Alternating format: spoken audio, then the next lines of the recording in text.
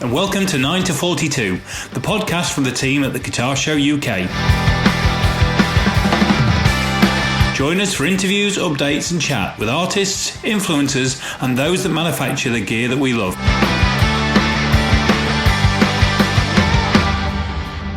Hello and welcome to 9 to 42. This is the podcast from the guitar... I'm going to start that again because there's no such thing as a guitar, is there? What's a guitar? Oh, you've got to leave that in. Oh, God, I'll leave it in. Hello and welcome to 9 to 42, the podcast from the guys at the Guitar Show UK, which I've managed to say second time round.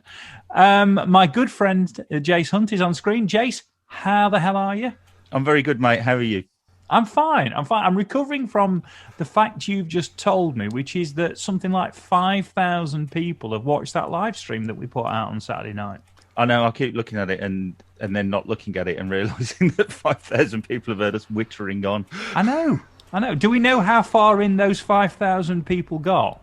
At least 3 minutes. Bloody hell. 5,000 people have heard us for 3 minutes or more. It's the length of a pop song. It's the length of a pop, yeah, indeed. And joining us today, and we're very excited today, we have Darrel Higham, who has described himself as rockabilly guitar player, because I asked him what he wanted to be introduced as. And he's with us, and I'm looking at him on screen. Darrel, how are you? Lovely to be here. Thank you very much indeed. Oh, it's nice to have you here. And one thing I'm going to say from the outset, because Jason and I were talking about questions before you arrived, we were talking about the things we were going to ask. And as per normal, Jason's got a whole raft of questions, and I only have one. And the question I have is totally different from anything Jace wanted to ask you. So I'm going to give you an inkling now to let you know that you're not going to get away without talking about Sunderland Football Club before the end. But we'll get to that further in. It'll be a very short conversation. Well, I'm a Sheffield United supporter, so I feel your pain. So I was going to commiserate with you a bit later on. That's the right word, commiserate. It is. And I'm a West Brom fan, so, we're all in this together. Yes, we are indeed. We'll tell you what, let's go there now as we've started on it. So how the hell was it Sunderland? Because you're clearly, I'm not giving anything away, that's not a northeastern accent, is it? No, absolutely not. I mean, my family are all scattered, really, on my dad's side. I think his dad came from Liverpool, but his grandparents came from Sunderland. Right. So he always supported Sunderland. And my mother's family are all from South London, and I've spent over half my life living in and around London. So I probably have more of a London accent. Yeah. Depending on how many drinks I've had, really. But generally speaking, I always supported Sunderland. I grew up in a small village in Bedfordshire, so the only time we could ever go and see Sunderland play was if they were playing Luton. Right. So Dad would take me to Luton, and we'd go and watch them there. And so it all really depended on whether they were in the same league as Luton. Yeah. Oh, which small village in Bedford was it? It's called Upper Caldicott. So my wife's family comes from Marston Mortain, is Mortain, yeah, just down the road, near Bedford, isn't it? Yeah. Yeah. Nice area to grow up in. Beautiful, very rural, Yeah, only famous because apparently it's got a twisted spire, and the devil leapt between two of the towers or something and twisted one of the spires. That's the story. I dare say he probably still does on occasion. So I put out the newsletter, the Grace Notes Guitar Show newsletter the other week, and I'd mentioned that I'm reading this book that I'm holding up now, which is the Gretch electric guitar book by Tony Bacon, because I've just bought a White Falcon that I actually haven't got yet because of COVID. Right. I bought it off eBay. Fortunately, the guy that had it is in Southampton, which is just down the road from my brother and sister-in-law. And so he was able to drop it off there. But I can't go and get it. So I bought this book to kind of like ease the pain of not having this guitar. I've wanted a White Falcon since I was a teenager. Right. But as a teenager, I couldn't really afford a White Falcon. And as I was flicking through it, reading it to the end, there's a chapter on you, essentially. And it kind of reminded me that we'd you'd done music live a couple of times, I think, at the NEC when I ran that. And so it was late at night, and I jumped onto your website and filled out the contact form and said, I don't know if you remember me, blah, blah, blah. And you came back pretty quickly, actually, and went, yeah, I really remember that show and stuff, which is why we're here today, really. So I suppose we should probably start with the Gretsch thing, because that was the thing that kind of got me to get in touch with you. And you've got a guitar, I was looking at it online earlier, that seems to be half a Falcon and half a 6120. Is that? That's right. Yeah, I had that built specially by Stephen Stern, who's the master builder there at Gretch, and he deals with all the custom shop guitars. And it's something that I'd wanted to do for quite some time, really, was to have a big guitar like the Falcon, I like the size of it, but I struggle with the neck on a normal Falcon. I find them just a little bit too wide. I've just been used to that little dainty neck that you get on a 6120, which is odd because I've got very big shovelly type hands, but I do struggle with the Falcon. I've always owned a Falcon since I can remember, really, back when I was perhaps in my mid-20s. I've always had a Falcon. I don't tend to keep them very long. The Falcon that I've got at the moment is the longest I've owned one, and that's because I got it brand new whilst I was on tour with Imelda in America some years back, and because it was brand new, I've kept it, because it's, once a guitar is yours, you sort of tend to bond with it, don't you? But I've always kept it, and I've just had some work done on it, and it plays beautifully now. But generally, I use it as a spare, because my main guitar for gigging is this hybrid, which is the body size of a Falcon. It's got the Falcon headstock, but it's been finished as a 6120, so it's got the sort of Eddie Cochran vibe, which is very important to me. But it's the size of a Falcon. I got a beautiful 6120, which again is a custom shop that was made by Stephen in 2008. But that's such a precious guitar to me, because it's like having an original 55 6120, but of course it's a modern guitar, and it's made exactly the same way as they were made in the mid-50s. So it's a very light guitar, it's very fragile, and I used to gig it, but it's just too precious for that, so I keep it at home and use it for recordings and things like that. So do they sound different then, the half Falcon, half 6120? Does it have its own sound? It does, really. I mean, I use the same pickups in every guitar I've got, really. I mean, or certainly a guitar that's going to be my main gigging guitar. It'll always have a Diamond or a Dynasonic on the bridge, and a P90 on the neck. And that comes from Eddie Cochran. That's his influence, and I've always stuck with that, because if it was good enough for him, it's good enough for everybody in the world, as far as I'm concerned. But it's a beautiful combination, actually. It's a very nice combination, because you've got the option to have a more jazzy tone should you need it, but you've also got that brittle, trebly rock and roll sound. And it's there naturally.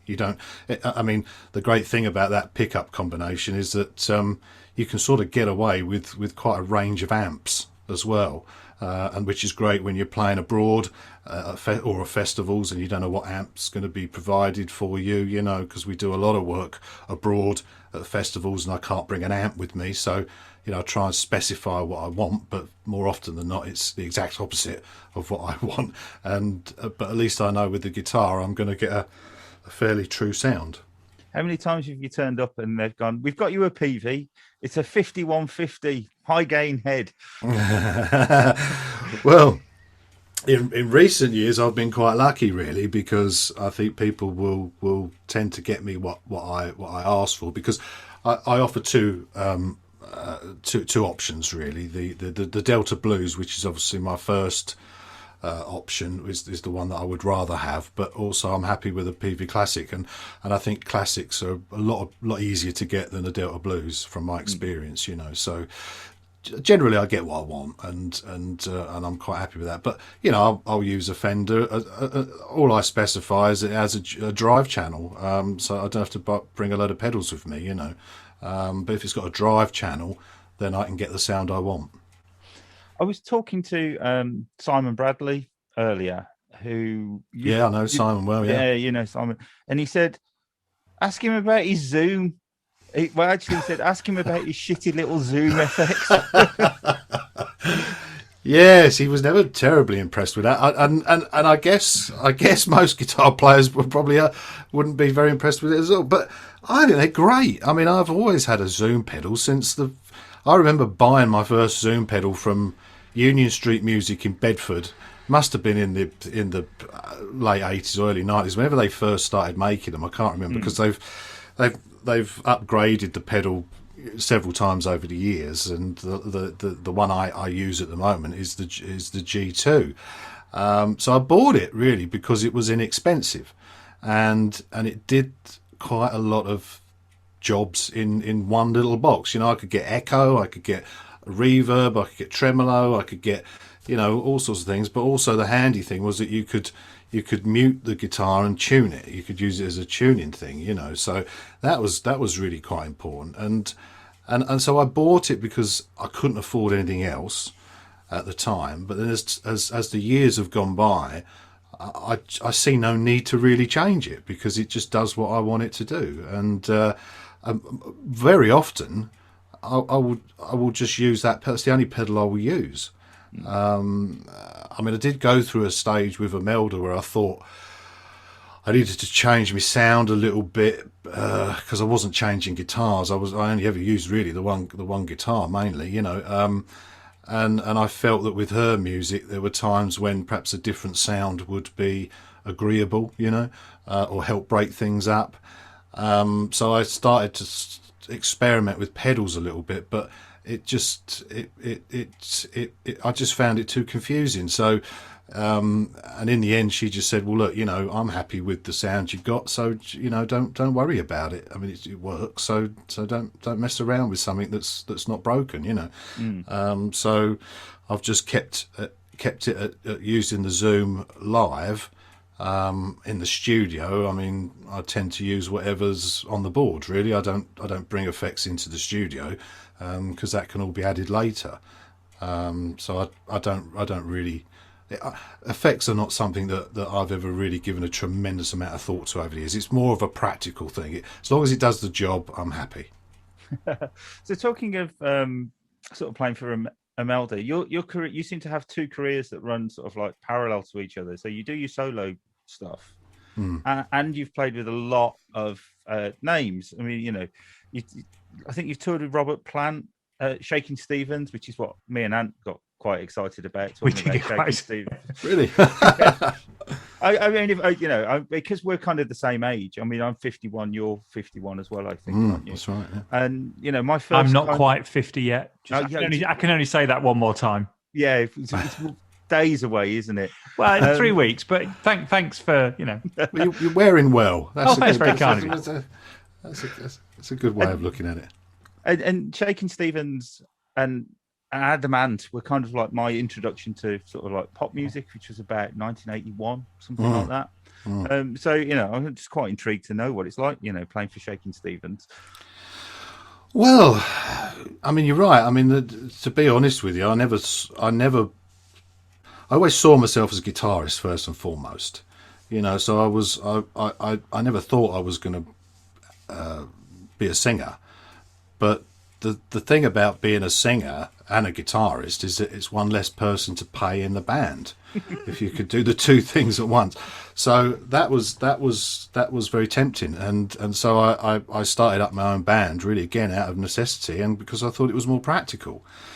But as a solo artist, I mean, I've never had the success that I've had as a guitar player, and I enjoy being a guitar player perhaps a touch more, although I enjoy both, you know, obviously. But yeah, I mean, the great thing about being a session guy, especially if you play a niche form of music, which I do, I can't play anything other than rockabilly at all, with any conviction or authenticity or skill for that matter.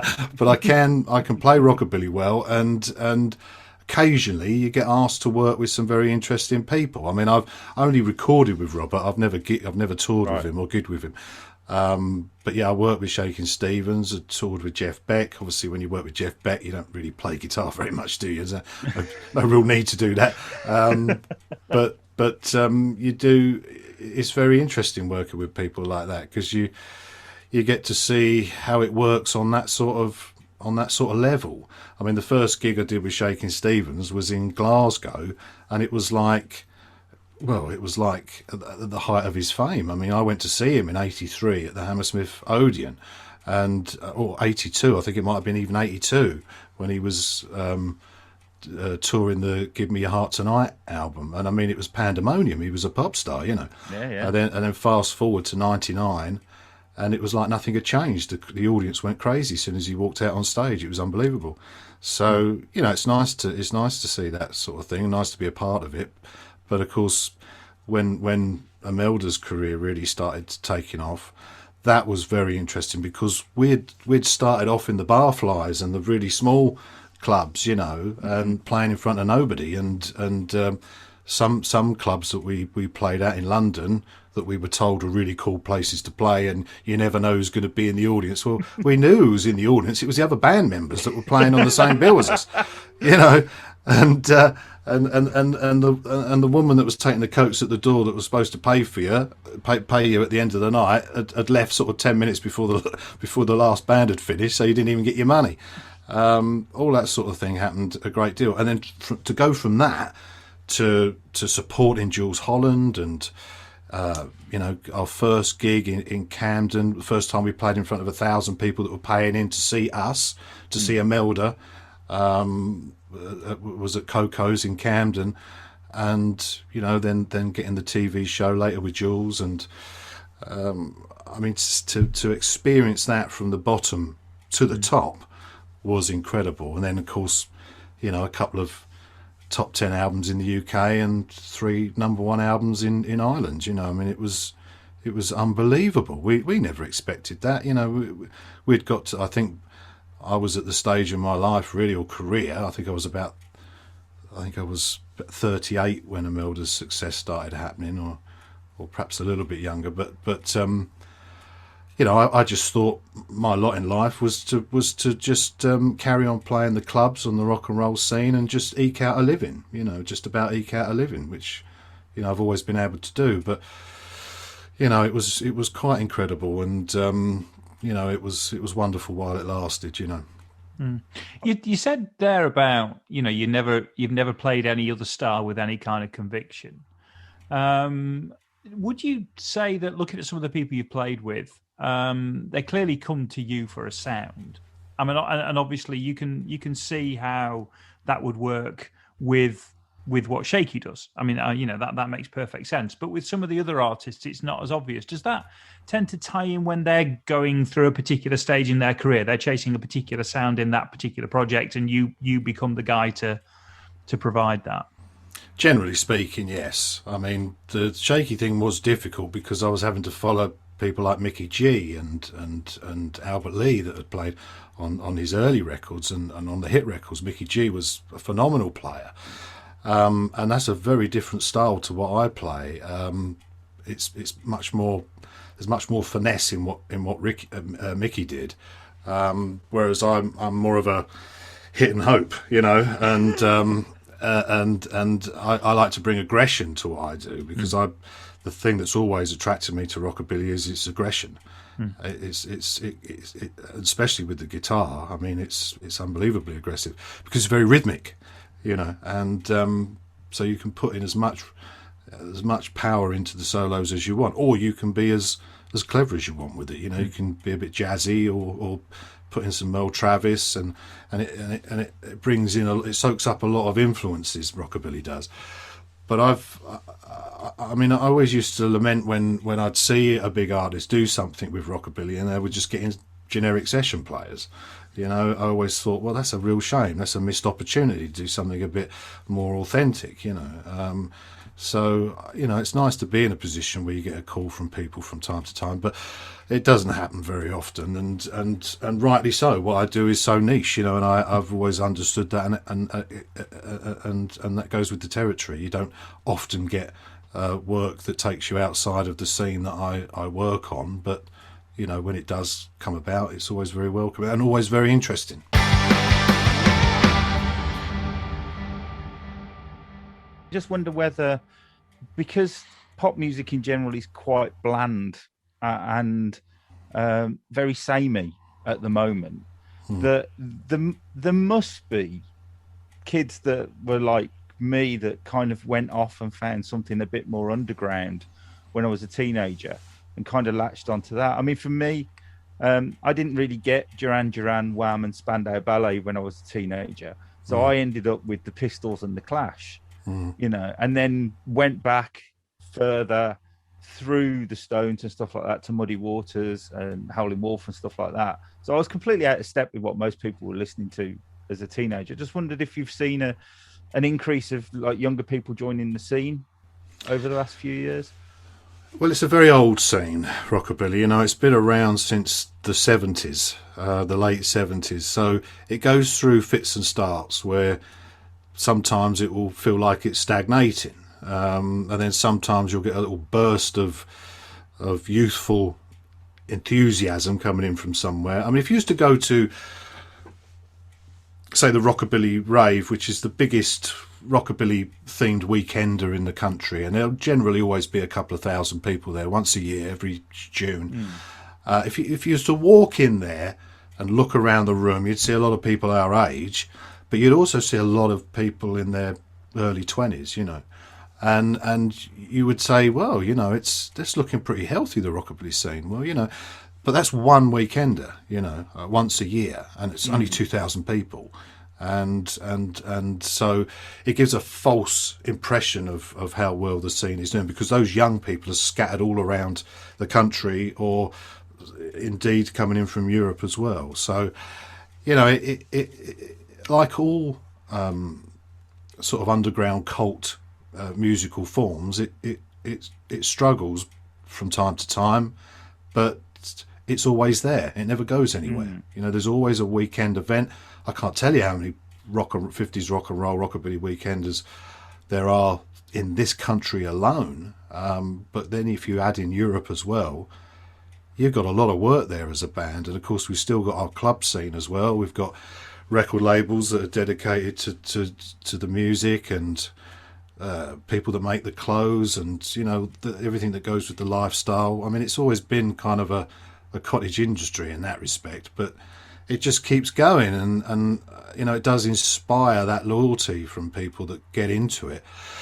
But also it inspires people that are just interested in fashions to just kind of drift in and then drift out again, So. Yeah, I must thank you, actually, because on your website you've got links to some of the clothing brands, and I was having a look at them earlier, and you won't believe how many times I've typed box jacket into Google search because I really want to buy one, and nothing comes up, and then I'm on your website and there it is, box jacket. So I'll be purchasing one of those later today. Thank you. Oh, well, good on you. I mean, tell them I sent you. I mean, they might do me a deal next time I contact them.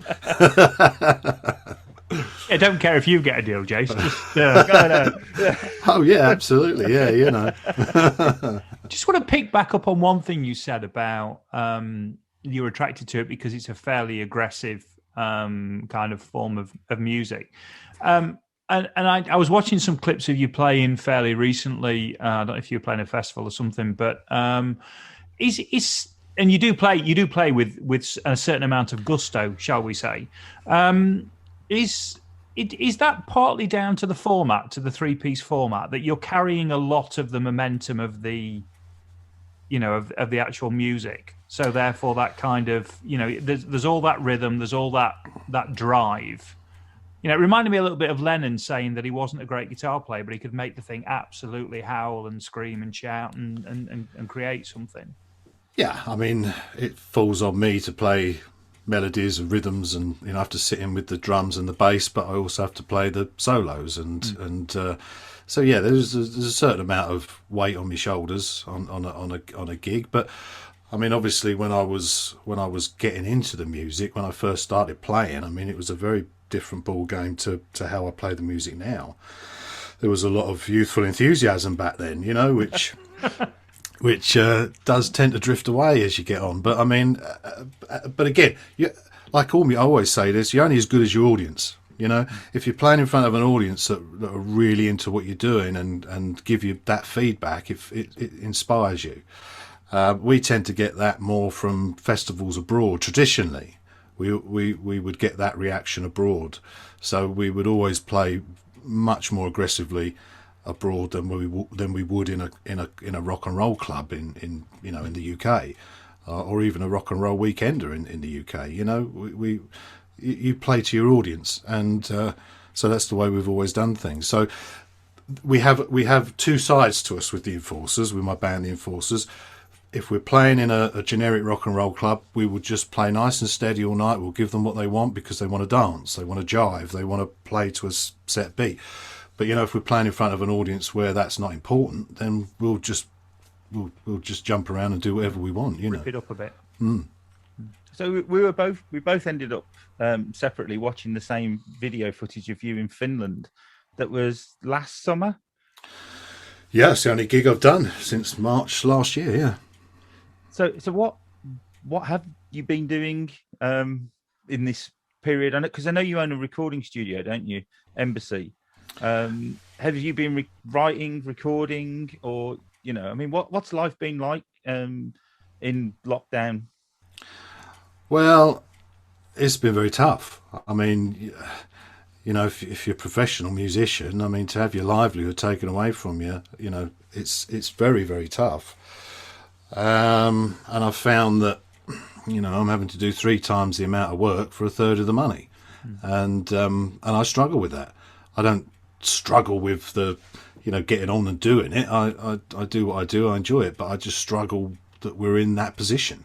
I find it all very strange. Of course, you don't want to say too much about it because, you can get destroyed for just having an opinion these days, So, but what I have discovered is it seems like a lot of people, the vast majority of people, seem to be okay. They're working, they're getting their money. And there's a minority of us that, if you're looking at 68 million people in this country, there's probably a few million of us that aren't earning and are struggling. Or obviously there's people out there struggling far more than I am. But I just think that's a great shame. Let's put it that way. But I've just, like anything that's ever happened to me where it's been bad, I just put my head down and get on with it, because I find that's the best way of dealing with the nastiness that life can throw at you sometimes. Nobody's going to help you, so you just put your head down and get on with it. So I just decided to write some more songs. I'd always wanted to record a Christmas album, believe it or not, and I wanted to write most or all of the songs for it. So I decided that I would write a rockabilly Christmas album, make it a real fun, upbeat, silly album, which is exactly what it is. And then I decided that I was going to record some backing tracks, because I thought that, once restrictions start easing off a little bit, there may be work for solo artists. So recording backing tracks might be helpful. Streaming gigs, which never really amounted to anything, to be honest with you. Of course, I did the 100 rockabilly guitar licks book for Fundamental Changes, which, to be honest with you, that and the Christmas album got me out of a tremendous amount of trouble financially. So those 2 things were a godsend. But everything else, I mean, I put some albums up on Bandcamp of unreleased stuff, and that will tick along for a while, then just stop. So it's all of these things. They kind of, they sort of help, but it's without gigs. I mean, it seems almost pointless to even consider a career in music. Oh, I don't, just tell me about it. I mean, I'm an event manager that's not allowed to run an event. It's just it just sucks. I mean, I understand the situation. I understand, like you say, that the vast majority of people are absolutely fine, but it doesn't help. I've not been eligible for any of the grants and stuff like that. You just have to kind of get on with it, don't you? There's no other way. And as I say, even expressing an opinion that is, may be seen to be, contrary to the narrative, it'll get you slaughtered these days. And people don't want to hear musicians sitting there moaning. They just don't. They don't want to hear musicians going about politics or anything like that, because everyone has to worry about all of these things. Everyone's in the same boat to a degree. Some are doing obviously better than others, but I just find that, it's, you have to live with the frustration of it, and that's the only thing that kind of gets me down. I mean, I don't have to worry about the really important things in life. We can eat, we can pay our bills, we get by.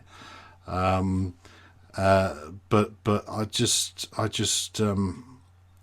struggle with how everything's been just shut down so quickly, and the length of time it's going to take for it to open back up again, and the worry, of course, of, well, is this the way it's going to be in the future? If there's a particularly nasty flu outbreak in a couple of years' time, our pub's going to close. I mean, we can't live like that, really. I mean, I know most people can, but those of us that rely on pubs opening and clubs being open to entertain people, it will just be a waste of time, won't it? And that seems very unfair.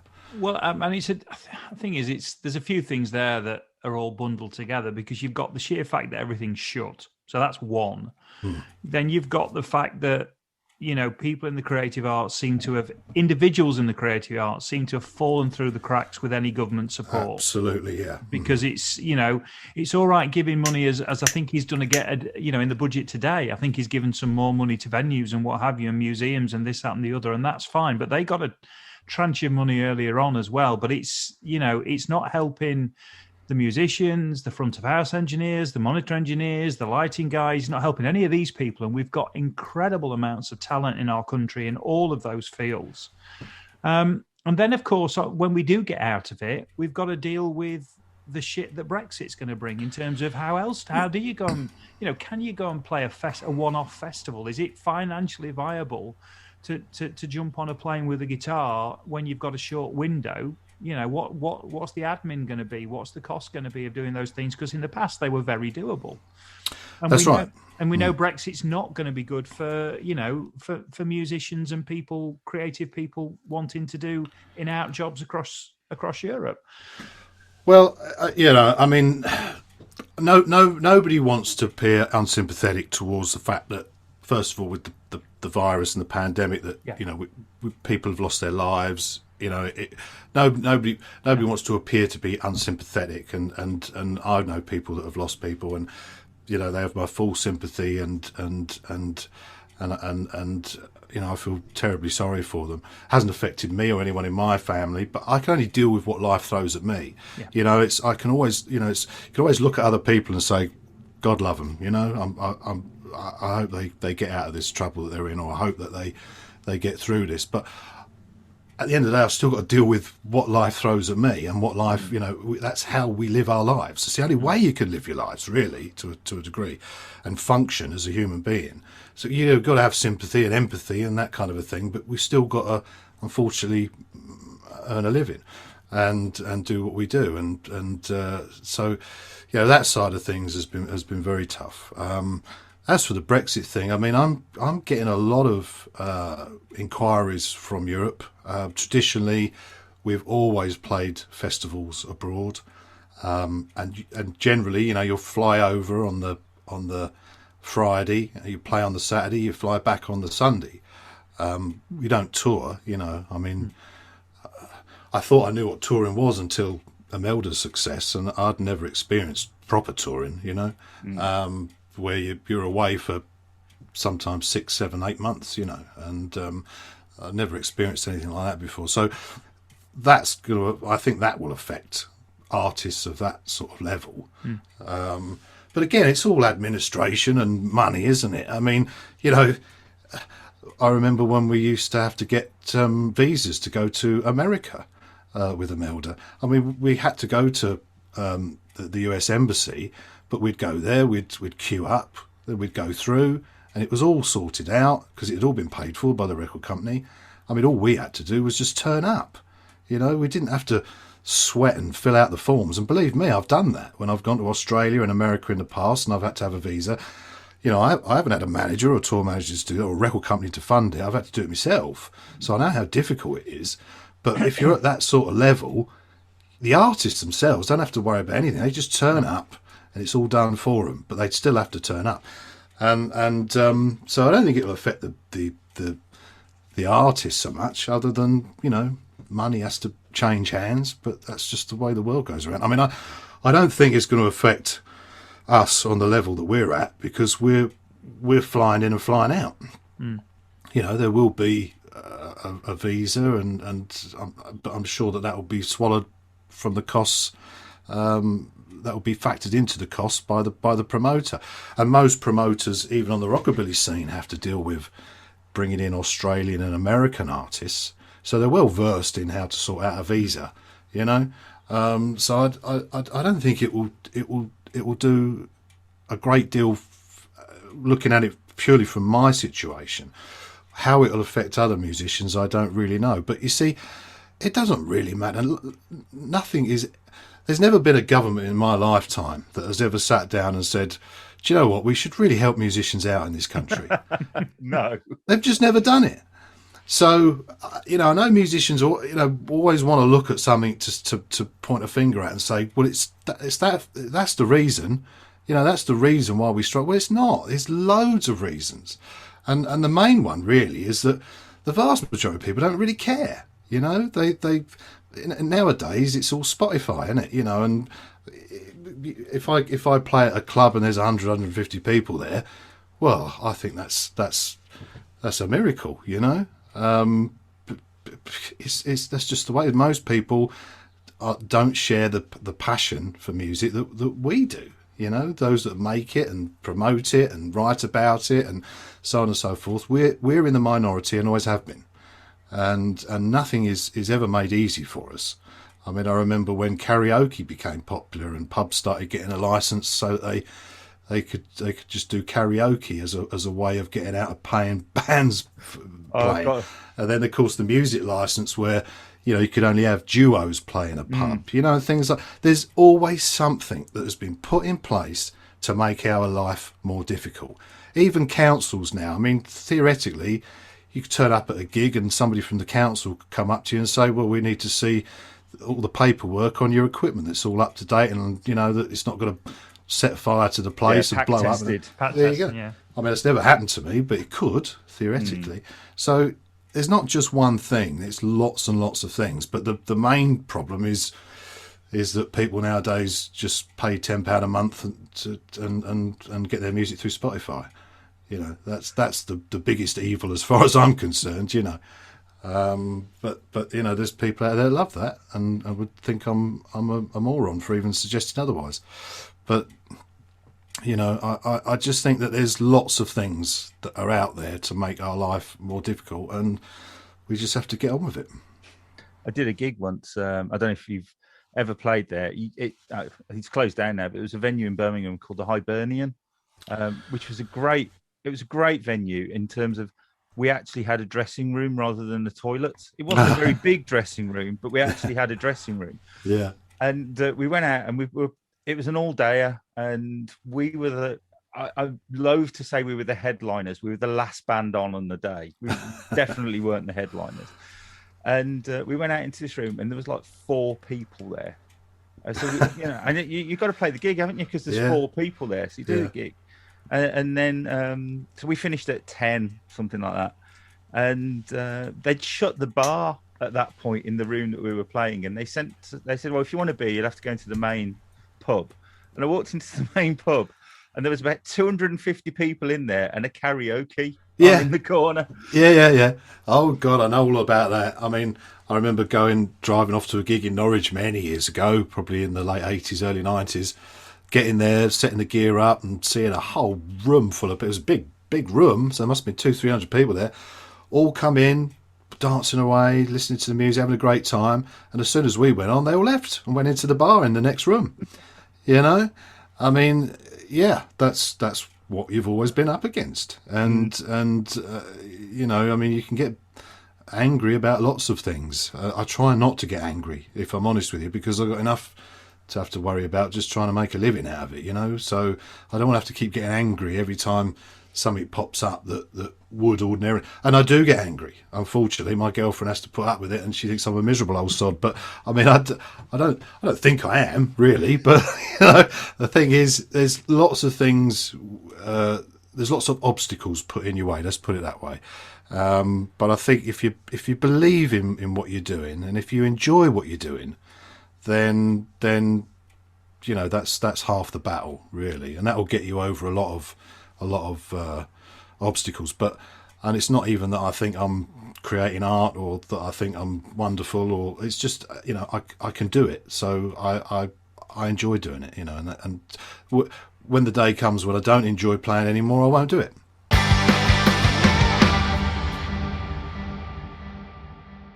To lighten the mood, I was on your Facebook page earlier, and I saw a post that you'd done about recording your Christmas album.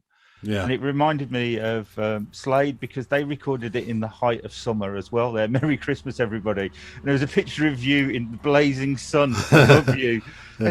So, how on earth do you get yourself in the mood to record a Christmas album in the middle of summer? And we had a glorious summer as well. Yeah, we did. Yeah, I always remember that story of when Elvis recorded his Christmas album. He recorded it in the summer as well, and I think they brought a Christmas tree into the studio in Nashville where he recorded it.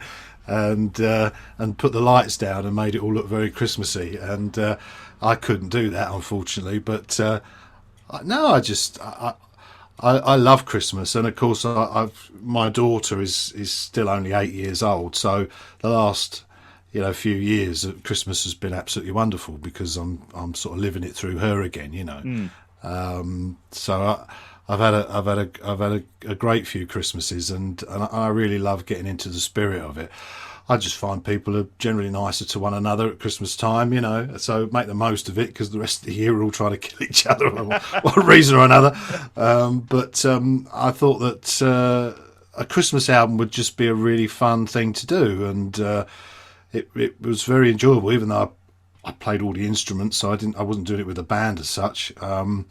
I still really enjoyed it, and it's a really fun, happy, upbeat album, which you don't have to think about. You just put it on, and dance to it. That's what it was created for people to dance to, as opposed to trying to be socially aware with the lyrics, which you kind of struggle with rockabilly anyway.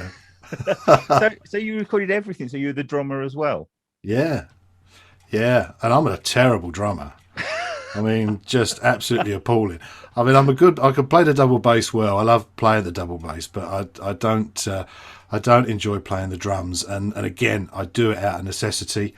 But I got to the point now where I can, I can do a drum roll, and not sort of drop the sticks. Or fall off the drum stool, but I'm a pretty appalling drummer. But the thing about rockabilly is just creating the vibe. I mean, it's a roots music, so it relies on feel more than sort of technical brilliance as such. But again, there's since the 50s there have been great rockabilly drummers and bass players. There's all great rockabilly musicians, but the feel is more important, so I think we captured that. Excellent. I just don't know how you go about. I don't know, which instrument do you play first, and how do you keep in time? Well, I got this wonderful little drum machine thing which I bought years ago, and it's sampled off of a real kit, So, and you can program in a kick snare and a hi hat. And you can change it to whatever beat you need it to be, So if I want a swing beat, then I'll create a swing beat. So I've got the basis, a pretty good basis actually, which won't go out of time at all. And I'll sing and play acoustic guitar, and then I'll do the bass, and then I'll do the guitars, and then so acoustic guitars and lead and electric rhythm if it's needed. Then do the drums to the guide vocals that are still on there. And then of course the very last thing is I'll get rid of the guide vocal and acoustic guitar and do the vocals last. So by then it's a full track. Yeah. Did you have them all set up at separate stations, and we just like jump? Did you do all of the rhythm tracks first, and then each song in, or did you do like one complete song and then the next complete song? Well, because it was all done. No, I'd go through them, depending on whatever instrument I was on. So I would spend with that album. It probably took me, I'm thinking, probably 3 or 4 days to do that album. It was 12 tracks, so I would have spent a day on the guitars, and probably would have got the bass done as well, and then a day on the drums. But I don't hang around, and we've got a great engineer that works at Embassy, Graham Dominy. He and I have worked together a great deal over the years. In fact, I met him with Imelda when we did some sessions at Livingston Studios in Wood Green, which is a fabulous studio, and that's where we first met Graham. And he moved out to Andover, which is not a million miles away from where the studio is, near Basingstoke, and so he's become our sort of in-house engineer. And so there's a certain amount of stuff I can do by myself in there. So I can do guitars and things like that by myself, and the bass by myself. But drums, I need somebody in there to press play and record. I mean, I have done it by myself, where I'd have to sort of record like 20 seconds of nothing leading up to the song, so it gives me time to get out of the control room and into the behind the drum kit. And you drop your sticks, and then it all starts. And Oh yeah, absolutely. So I've done all of that kind of thing in the past, but so Graham helps out immeasurably, and so I'll spend a day on each thing. But as I say, guitars and things like that don't take me too long, and then I can usually fit the bass in as well. Acoustic guitar, I mean, it's however long the song lasts for, and so it's a 2-3 minute song. If you've got 12 of them, I mean, it's you're not even looking at an hour, are you, of work? So it depends on how many mistakes you make. I'm thinking about myself here.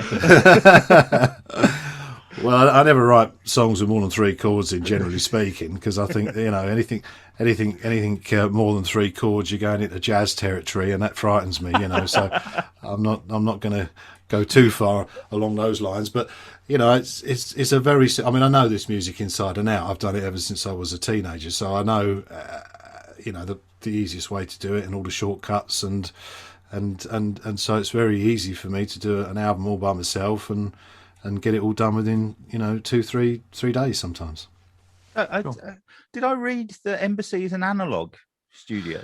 Well, it was when we first started it up. I mean, it was my partner Clive Duffin, a business partner. We run Ambassador Records together, which was the label that Imelda's Love Tattoo first came out on before we leased it to Universal. This is just a small little label. We rarely put stuff out on it, but we've always had the label. But Clive had a record label called Foot Tapping Records, and I met him in the early 2000s, and we had this idea of having a recording studio. We thought because of the amount of material he was releasing, it would be better in the long term to have our own recording studio. So we experimented with a couple of ideas, and then in the end we decided to build a studio on a building that was already built on a farm in Hampshire. And so we gutted this place and built a studio inside it. And then the deal really was that I would handle the sort of engineering side of things, and Clive would put the bands out on his label.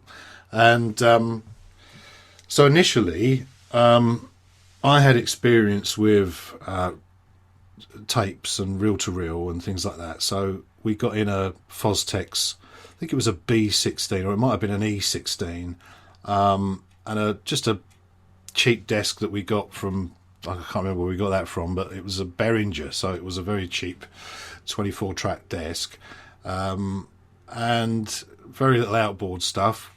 Didn't really need compression, to be honest with you, because the tape did all of that. We got sort of natural tape compression, and because we were only dealing with rockabilly bands and rock and roll bands, we didn't feel we needed a tremendous amount of outboard stuff, and so we didn't bother with it. But as time went on, and certainly when we came to record Love Tattoo, we realised that, because Love Tattoo was all recorded on tape, and I engineered all of that, and it turned out really well. But the one thing that we didn't have in the studio at the time was a piano. And we felt that we needed an upright piano, so we asked around to find out what was a good upright. And we was told, I think it was a Yamaha B3 or something. So we bought one of them, and that was the piano that's in the studio now, and it was used on Love Tattoo. It's been used lots of times over the years. And then we bought in an Alesis hard drive. Because we thought that we were going to need to go digital at some point, and I was very leery of Pro Tools and things like that. I didn't think I had the enthusiasm really to learn how to use something like that. So we bought this Alesis thing in, and that was great initially because it was so easy to use and cut session times down, so much, because you just press a button and it all goes back to the beginning again, instantaneously. Whereas with a tape, you've got to wait for it to rewind, then you've got to change it and all that kind of a thing. And over the course of a day with a band in there, that can eat into the time, But the thing that I realised was that recording directly onto digital, especially with the sort of music that we specialise in, I now had to work out how to use compression and try and make it sound like it was recorded on tape, And then eventually Graham came in, and he uses Pro Tools. He's a professional engineer, I mean, I was just fooling around with the idea of being an engineer. I didn't really have the personality for it, if I'm honest with you, and I didn't really enjoy doing it. So it was just another one of those things that I tried to do to sort of bring in a bit of work and earn a bit of money during the week. But and I was very busy at it for the early years at Embassy. But as soon as Imelda started having success in, well, I guess from sort of 2008 onwards, and Embassy was finished in 2005. So there was only like a 3-year period where I was doing a lot of the sessions, or all of the sessions down there as the engineer, and then I was off with Imelda for the next few years. So it wasn't a career as such, but really the studio is run by Clive. I mean, I have very little to do with it, but I can use it obviously for whenever I need to. But I've got a lot of stuff here at the house now, so I'm quite happy recording here as well. Also, I suppose, what's next? I see that you've got a gig planned for the 3rd of July. Well, I think it will just be going back to what we've been doing the last few years. Just waiting for the club scene to get back to normal, and the weekenders, and it would just be going back to that again. I'm not really sure what... You see, that's the great thing about this job, is that you never quite know what's going to happen. The phone could ring, and it'll just take you off in a different direction. So I don't really know what's going to happen. I mean, I'm pretty much up for anything, that comes along. But I think certainly for the immediate future, it will just be a case of just hoping that the clubs and the weekenders get back to full strength, and that we can go out and play and make a living from it once again. Cool. I can't really see, any. And as I say, if it does turn out to be one of those things where lockdowns are going to be something that we do have to put up with from time to time, even if it's just shutting down, parts of the hospitality industry, well, that's again something we're going to have to think about, isn't it? But let's hope that's not the case, and that we can get back to normality. We do tend to have a pandemic every 100 years, so unless us lot are going to be 150, I think we might avoid the next one. Well, I'm planning on it. I've got to be honest with you. I mean, it's in my it's in my timeline. I take me vitamin D every day, and I do expect to, But anyway, I mean, I don't know. I mean, as I say, it's a wonderful profession to be in, because you just don't know if you're going to get an email or a phone call that's going to change your life. And it does happen. It does happen. I mean, that's what you work towards, isn't it? I mean, it's like playing the lottery, isn't it? You play it because you hope you're going to win it. But it's the same with picking up a guitar and writing a few songs or whatever. It's a lottery, and some people get lucky and some people don't. Although I don't think there's an awful lot of luck in it, if I'm honest with you. I think if you're good at something and you work hard and you apply yourself and believe in what it is you're doing, then you will be recognised for it at some point. It might take a few years, but you'll get somewhere with it, and even if it's just being a big fish in a small pond. I mean, there's nothing wrong with that either, So I think if you can work, and if you can carry on working, and people like what you do, then you're doing something right,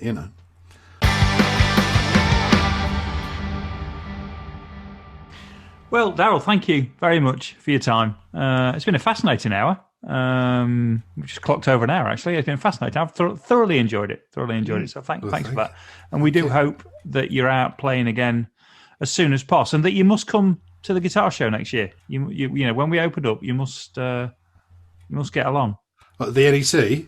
No, I can't afford that, mate. Do you know, the last time I signed off an internal invoice for the hiring of the halls, because my office was there as well, and I worked for a big company.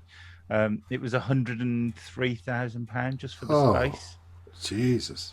And so when I went solo, I don't pay anything like that. So it's a venue in Birmingham called the New Bingley Hall. You might remember there was a Bingley Hall in Birmingham that was a live music venue, but it burnt down 25 years ago or something. So it's called the New Bingley Hall. Right. It's just outside of the city. It's about a mile outside of the city centre, and it really works. I mean, we get 4,000 plus guitarists over the weekend. Really? Yeah. Do Gretch do anything there? Do they have a stall? They have done in the past. I suppose do you deal with Helen at Gretch? Well, I think may have done. Yeah. I mean, they kind of dip in and out because it's the big Fender. Fender have to decide to do it, and then Gretch and Charvel and Jackson will come along with them. I'm really hoping that they'll do it again in the future. They didn't do it last year, but they have done it in the past. I used to deal with a guy called Neil Witcher. Oh, Neil, yeah. He's now what is he, head of artist liaison, based at the London office, I think. What, for Fender? Yeah. Is he really? Mm. Yeah. I don't think I ever met him. We just spoke on the phone. Oh no, I did meet him. That's right. When I went to because their bit was by John Henry's in London. Yeah, that's right. Yeah. Yeah. So I went in there one time, and I only went in to sign a contract, and I came out with an amp and a guitar and God knows what else. He gave me a load of stuff. I didn't ask for anything, but he was brilliant. Neil was, I mean, that's the thing about that's one of the things that I always used to sort of strike me as being a bit funny about getting a deal, was that when you're young and you first start playing and you spend a few years sort of build your name up and everything, I mean, that's kind of when you need a deal, really. Yeah. When you actually get successful, and I mean, as soon as we started making money, I mean, the first thing I did was go out and buy a Gretch because I could afford to buy one. I couldn't afford to buy one before then. Yeah. I mean, I don't know, it was before we were recording, wasn't it? We were talking about, I had to get a bank loan to buy my first proper guitar, a Les Paul. Yeah. Before that, I'd had like a Hondo Les Paul, a Columbus Les Paul, and they were just awful. In hindsight, awful instruments that never stayed in tune or anything. Yeah, I had a Hondo. I had a Hondo semi-acoustic. It was sort of like I guess an L5 rip-off, really. But I remember putting a Bixby on it, and the body bowed. It looked like a banana.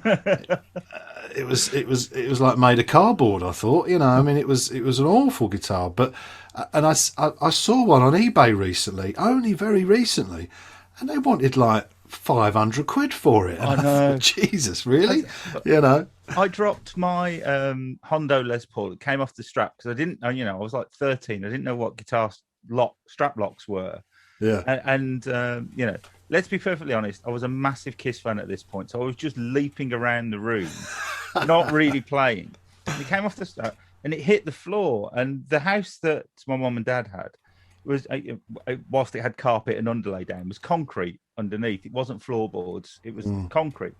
And the guitar hit it, and it chipped some of the paint off the bottom of the guitar, the lacquer off the bottom of the guitar, and you could see into it. And it was hollow, and it had been filled with some form of concrete to give it the legible weight. Oh, God.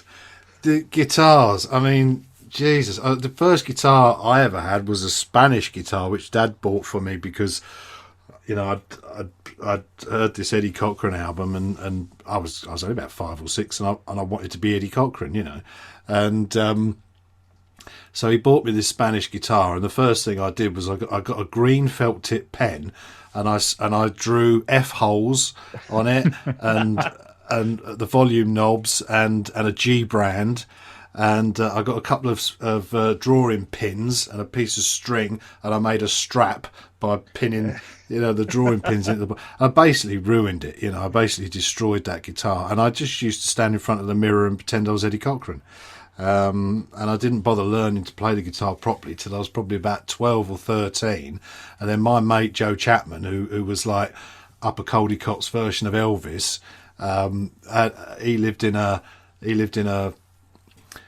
mobile home at the end of the road, and he looked like Elvis, he sang like Elvis, he danced like Elvis. To me, he was Elvis.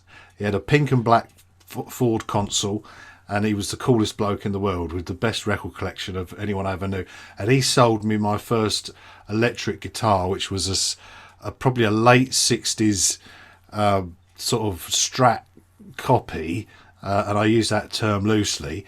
And it looked like an ironing board, and it felt like it had 6 sort of telephone wires as strings, and he sold me an amp that was a rectangular amp. It was a big, I don't know what it was. And that was my first guitar, and my first electric guitar anyway. And it was awful, I mean, but somehow, I managed to get through all of that and become obsessed with the guitar, and went on from there. And I had a variety of cheap guitars until I bought the first Gretch, which was one of the first 6120s to come into the country after the company was resurrected in the late 80s. So I bought it in 89 from Music Ground up in Doncaster, and it was delivered to Biggleswade when my mum worked, and it was £1,500 back then. So it was a staggering amount of money, and I loved that guitar, and played it, on everything until unfortunately it was stolen from a theatre in Melton Mowbray in '98, and then I was in that same position where I couldn't afford another guitar. I couldn't afford another Gretsch anyway, let's put it that way. So I went out into Denmark Street and I asked them what the cheapest semi-acoustic they had, and they brought out this Diamond guitar. It was a blonde Diamond, and I think it was about 250 quid, maybe 300 quid. So I said, I'll have that, and I used that for a couple of years, and then so sort of getting into the early 2000s, and then Ken Ashard got in touch with me out of the blue from Peavey, and he said, I've seen you play, I'm a big Eddie Cochran fan, would you like to come to Peavey and have a chat about maybe an amp deal? And at the time I was using this early 90s Fender Bassman, 59 Fender Bassman reissue, which was really poorly put together. I'd blown 3 of the speakers. 3 of the speakers had been reconed. It was always playing up and buzzing and letting me down and everything. And of course I had this cheap guitar as well. So I turned up at Ken's office, and the enforcers were struggling. We had this rotten old PA that was put together from lots of other PAs, you know, and it was all falling apart. And Ken said, "Can I interest you in a deal with an amp deal?" And I said, "Well, that's very good of you, Ken. I really do appreciate it." I said, "But really, I need a PA and as well as an amp, and I need a decent guitar as well." And he said, "Well, I can help you out with all of that except a guitar." He said, "Unless you've got any ideas." And so I said, "Well, do Peavey make a semi-acoustic?" And he said, "No." He said, "We don't." He said, "I don't know why." He said, "We've never made one." He said, "I've never thought to put it to Hartley." He said, "But you know, give me some ideas. You know, give me some dimensions and a drawing or something, and I'll see what I can do." So I went home. I was living in Burnt Oak with Imelda, and Imelda's a very good artist. So I said to her, "Can you just draw me a picture of a guitar? Here's a picture of a guitar. Can you just copy that for me?" So she drew this guitar for me, and then I phoned up my mate Alan Mills, who had a 6120 and a Falcon, and I said, "Can you give me the dimensions I want the dimensions of the 6120's neck, and I want the dimensions of the Falcon's body." So he gave me those, and I wrote them on that thing that Imelda had drawn, and then I faxed that to Ken. Yeah, and Ken said, "Leave it with me." And a few months went by, and then he gave me a call. He said, "Oh, I want you to come to the office." So I went to the office, and he handed me two Peavey Rockinghams. And one was blonde and one was purple. He said, "I'll keep the purple." He said, "You have the blonde one." He said, "They're not really gigging guitars; they're just really demos to show to the lads in the office and try and work out a strategy of trying to sell them. You know, because it's obviously a very different style of guitar to what Peavey were used to doing." And lo and behold, the Peavey went into production and did relatively well until a few years later, Gretch brought out the Electromatic series, which were, of course, budget Gretches, and that just destroyed the Peavey thing, you know, the Rockinghams, you know, almost overnight. But for a few years there, you know, I had a really good PA, a good amp, you know, really good amp with the Delta Blues and the Classic 50. And you know, I had all of these Rockinghams that, and they were really, really good guitars. You know, they played well. I changed the pickups on them from the generic sort of Filtertron type pickups that came with the guitar as standard. But you know, for 300 quid, you got a pretty well made guitar, a decent guitar, and a hard case. So you know, it wasn't a bad. So I suppose that kind of, you know, ties up the podcast from the start to the end, really, because how we met was. You were promoting that guitar at the NEC, and I remember playing that purple Rockingham at the show. Yeah, I used to really enjoy doing those guitar shows because it's very unusual that you hear rockabilly music in that sort of environment, really, I would have thought, you know. So, and again, throughout my career, I've always wanted to... You know, I've always had this sort of half and half thing going on in my head of, you know, obviously I want to promote myself and what I do, but I really feel very strongly about promoting rockabilly and trying to put that across in a decent light as well, you know, because I think a lot of people, well, obviously a lot of people do know what the music is, but they don't know the ins and outs of it so much. But it's... So it's always been wonderful to be able to do things like that, and also it's great to wander around and have a look at all the new gear that's out there. And I've been really impressed in recent years with the amount of retro equipment that's come out, or amps that are made to look like old amps, and you know, guitars that are made to look like old guitars. I mean, I love seeing all that kind of thing, and the Dan Electro real echo pedal that came out a few years back was a revelation, really. I mean, that was incredible to have such an accurate tape echo in a digital box like that, you know. It's absolutely fantastic. Yeah. And of course, you don't get to know of these things unless you go to you know, guitar shows like you put on there, you know, because this is where you'll see all of that stuff under one roof. Incredible, really. Well, Darrel, thank you very much for your time. I know I've said that once already, but thank you very much for your time. It's been fantastic. I've thoroughly enjoyed it. Well, thank you. and I'm off to procure myself a copy of your Christmas album because I love a good Christmas album. So, He does. Honestly, he really does. I really do. So, Really? Well, that's made my day. That actually. Well, I can't promise it's a good Christmas album, but I can promise it's a Christmas album. How's that? Good. That'll do it. That'll nail it for me. That'll nail it for me. So thanks very much, and hopefully see you soon. Thank you both. Appreciate it. And thanks, Jason.